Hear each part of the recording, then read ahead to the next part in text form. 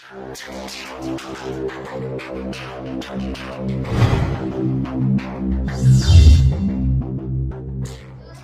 बच्चों? बच्चों आज क्लास में हम जानेंगे संस्कृत शब्दार्थ, है ना? ठीक, तो आइए हम आज क्लास को शुरू करते हैं। संस्कृत शब्दार्थ, है ना? ठीक, तो सबसे पहले हम यहाँ पर देखिए हमारा हेडिंग बना गया है संस्कृत शब्द। क्या है? ठीक, यहाँ पर हमारा संस्कृत शब्द है और बीच वाला हमारा जो भाग में बांटा गया दूसरे भाग में हिंदी अर्थ क्या है? ठीक, यानी पहले हम संस्कृत शब्दों को पहचानेंगे, उसके बाद में हिंदी में उसका अर्थ क्या होता है अर्थात उसका मतलब क्या होता है या मीनिंग क्या होता है उसको हिंदी में जान लेंगे। और उसके बाद में हमारा जो थर्ड लाइन में है अर्थात थर्ड पार्ट में जो बांटा गया हमारा, पहले में संस्कृत, दूसरे में हिंदी और तीसरे में हमारा जो है वो हमारा है अंग्रेजी, है ना? ठीक, तो हम तीनों भाषाओं में संस्कृत, हिंदी और इंग्लिश तीनों भाषाओं में हम जानेंगे, है ना? ठीक, तो सबसे पहले हम अपना आज का संस्कृत का पहला वर्ड अर्थात पहला हम शब्द शुरू करेंगे, है ना? ठीक, तो यहाँ पर आता है अत्र। क्या है?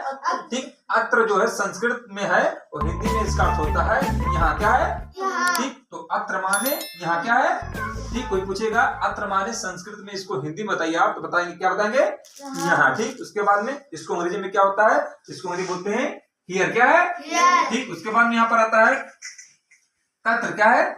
तत्र माने होता है वहाँ। क्या है? ठीक, अंग्रेजी में से बोलते हैं दियर। क्या है? ठीक, उसके बाद में आता है यहाँ कुत्र। क्या है? कुत्र। कुत्र माने कहाँ। क्या है? कहाँ। इसको अंग्रेजी बोलेंगे वेयर। जैसे बोलते हैं वेयर डू यू लिव, आप कहाँ रहते हैं। ठीक, तो उसी तरह से आप कहाँ रहते हैं हिंदी में हो गया, इसको अंग्रेजी बोलेंगे वेयर डू यू लिव, है ना? तो यहाँ पर वेयर का प्रयोग किया गया है ना। ठीक, आगे देखेंगे 4 नंबर पे सर्वत्र। क्या है? सर्वत्र का मतलब होता है संस्कृत में है, इसको हिंदी में बताएंगे सब जगह। क्या है? सब जगह। इसको अगर हम और इसको बढ़ा के बोलेंगे तो बोलेंगे सभी जगह। क्या है? ठीक, अंग्रेजी में होगा एवरीवेयर। क्या है? यानी सभी जगह। क्या है? सभी जगह या सब जगह। ठीक है, उसके बाद नेक्स्ट लाइन देखेंगे। उसके बाद में आता है हमारा 5 नंबर पे एकादा। क्या है? एकादा माने होता है एक बार। क्या है? एकादा माने एक बार। अंग्रेजी में अर्थ क्या होगा? वंस। क्या है? यानी एक बार। ठीक, यहाँ पर आता है 6 नंबर पे हमारा बहुत्र। क्या है? बहुत्र का मतलब होता है बहुत जगह। क्या है? बहुत जगह। इसको अंग्रेजी बोलेंगे मेनी वेयर। क्या है?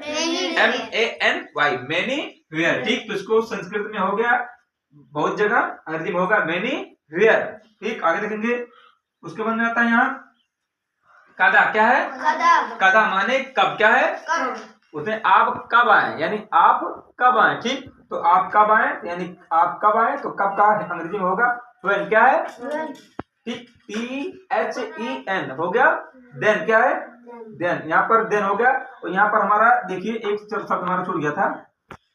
देखिए कब का अंग्रेजी होता है when। क्या है? when, यानी कब का अंग्रेजी हो हमारा है when। क्या है? ठीक, कब का अंग्रेजी when, WHEN, when माने कब। ठीक, उसके बाद में हमारा यहाँ पर आता है यहाँ पर हमारा 7 नंबर। क्या है? ठीक, 7 नंबर पे यहाँ पर हमारा आता है कदा। क्या है? कदा का मतलब होता है कब। क्या है? कब। कदा का मतलब कब, इसको अंग्रेजी बोल देंगे when। क्या है? when। उसके बाद में हमारा आता है तदा। क्या है? तदा मतलब होता है जब। क्या है? तदा माने जब, इसको अंग्रेजी बोलते हैं देन। क्या है? Then, THEN, then. देन माने यहाँ पर होता है तब। ठीक, उसके बाद में हमारा आता है यदा। क्या है? यदा का मतलब होता है जब। क्या है? जब। जब, इसको अंग्रेजी बोलते हैं when। क्या है? when, यानी कब और जब दोनों का अंग्रेजी सेम when होता। क्या है?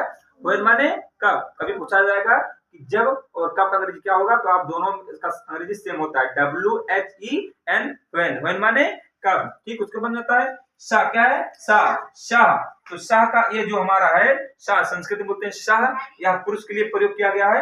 तो शाह का मतलब होता है वह, पुल्लिंग अर्थात पुरुष के लिए, है ना? ठीक, इसको अंग्रेजी बोलते हैं ही। क्या है? ही, HE, ही माने वह, किसी पुरुष की बात हो रही है जब ही का प्रयोग होगा तो पुल्लिंग यानी पुरुष के लिए। ठीक है, और यहाँ पर जो है शाह, शाह इस संस्कृत में है, यह शाह, यह शाह। क्या है? शाह, यानी हम थोड़ा बोलते हैं शाह खींच के थोड़ा बोलेंगे ना। ठीक, यानी आ की मात्रा लगा है, यहाँ पर आह की मात्रा है। ठीक है, तो शाह का मतलब यहाँ पर होगा वह, मगर ये स्त्रीलिंग। स्त्रीलिंग अर्थात महिला के लिए, लड़की के लिए प्रयोग होगा, है ना? ठीक, तो सी का प्रयोग होगा। उसके बाद होता है तुम। क्या है?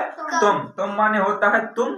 तुम संस्कृत शब्द है, हिंदी में होगा तुम, अंग्रेजी में अर्थ होगा यू। क्या है? यू माने तुम। उसके बाद में हमारा लास्ट है एकत्र। क्या है? एकत्र का मतलब होता है एक जगह। क्या है? एक जगह, इसको अंग्रेजी बोलते हैं वन प्लेस। क्या है? वन प्लेस या वंस प्लेस। क्या है? ठीक, वंस माने एक हो गया और एक जगह, ठीक है, एक जगह, ठीक, यहाँ पे लिखा एक जगह, वंश माने एक, और जगह का अंग्रेजी होता है प्लेस। क्या है? प्लेस माने जगह या स्थान भी होता है ना। ठीक, तो हम लोग संस्कृत शब्दार्थ में जाने हैं, संस्कृत शब्द हिंदी अर्थ और अंग्रेजी में, है ना। ठीक, तो आज के लिए इतना ही, मिलते हैं।